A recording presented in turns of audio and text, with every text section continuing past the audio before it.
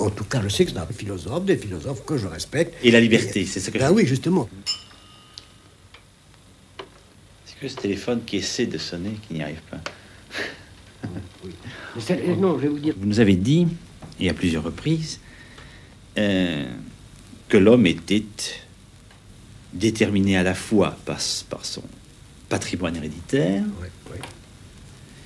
par ses gènes, ses chromosomes, et aussi par l'influence de son milieu. Et ce milieu, naturellement, étant pris dans le sens le plus large, n'est-ce pas? C'est-à-dire l'ensemble de toutes les circonstances qui ont agi sur lui depuis la conception, depuis la formation de l'œuf. Il faut bien s'entendre, n'est-ce pas? C'est ça, vous entendez par milieu tout le milieu prénatal aussi.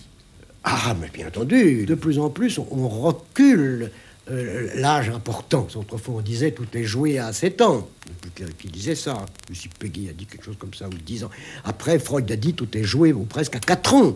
Or maintenant, on va beaucoup plus haut, on remonte beaucoup plus haut. Tout est joué peut-être dans les premiers mois, dans les premières semaines, et peut-être même avant la naissance. Ou en tout cas, dans certains cas. Non, enfin, ça...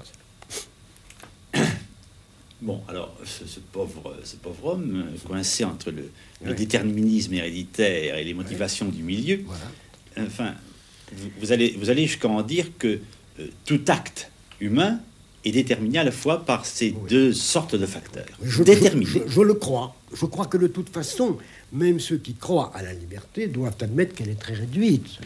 Elle est très mince, la liberté. Au regard de ce déterminisme, de ce lourd déterminisme héréditaire, génétique, et de ce déterminisme circonstanciel, il reste certainement peu pour la liberté, en admettant qu'elle existe. Pour moi, puisqu'il faut bien avoir une opinion sur ces choses, puisqu'il faut bien, je dirais que cette marge de liberté n'existe pas. Je ne crois même pas à cette marge de liberté. Mais je n'ose pas trancher.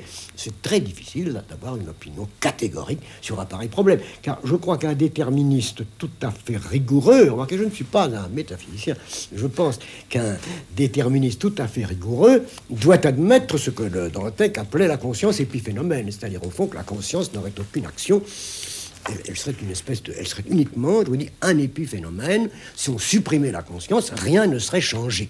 C'est tout de même un peu dur à avaler. Alors, si nous ne savons pas très bien ce que c'est, et nous ne savons certainement pas très bien ce que c'est que la conscience, j'admets que certains problèmes restent ouverts. C'est pour ça que je suis toujours un petit peu réticent quand il s'agit de la question de la liberté, parce que je ne sais pas ce que c'est que la conscience.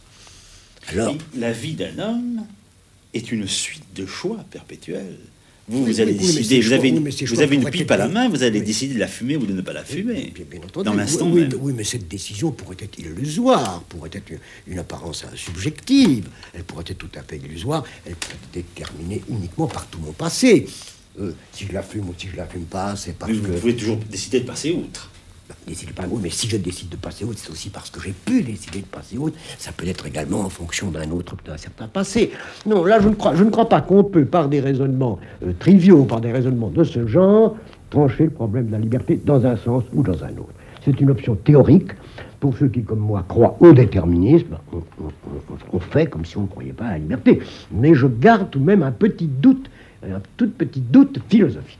Le problème est trop gros, il me dépasse, je ne peux pas le trancher. Il y a donc unicité de l'équipement génétique, d'abord, pour chaque individu. Puis en plus, il y a aussi unicité des circonstances. On sait que jamais deux individus ne vont traverser les circonstances pareilles. Non seulement à partir de la naissance, mais même déjà dans l'utérus de la mère. Il y a des circonstances qui exercent leur action et qui sont propres, qui sont exceptionnelles pour chaque individu. Chaque individu a une vie prénatale qui ne ressemble à aucune autre. Il a une vie postnatale, une vie d'enfance qui ne ressemble à aucun autre.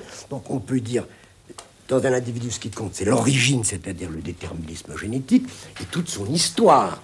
Chacun de nous est ce qu'il est parce qu'il est issu d'un certain œuf et qu'il a vécu une certaine histoire. Eh bien voilà, c'est ça. Je n'ai fait qu'amplifier un peu cette phrase toute simple, oui. Là, je crois que là, vraiment, c'est une banalité biologique, personne ne peut contester cela. Il y a unicité d'origine et unicité d'histoire. C'est pour ça que chaque être est irremplaçable. C'est pour ça que chaque être est unique, irremplaçable. Oui, si vous voulez. Moi, je le pense. Ça fait partie, si vous voulez, un peu mon respect de la personne humaine, mon respect de l'être humain. Je ne dis pas qu'il est fondé sur cette notion de l'unicité, mais il y trouve un aliment très, très fort, très puissant.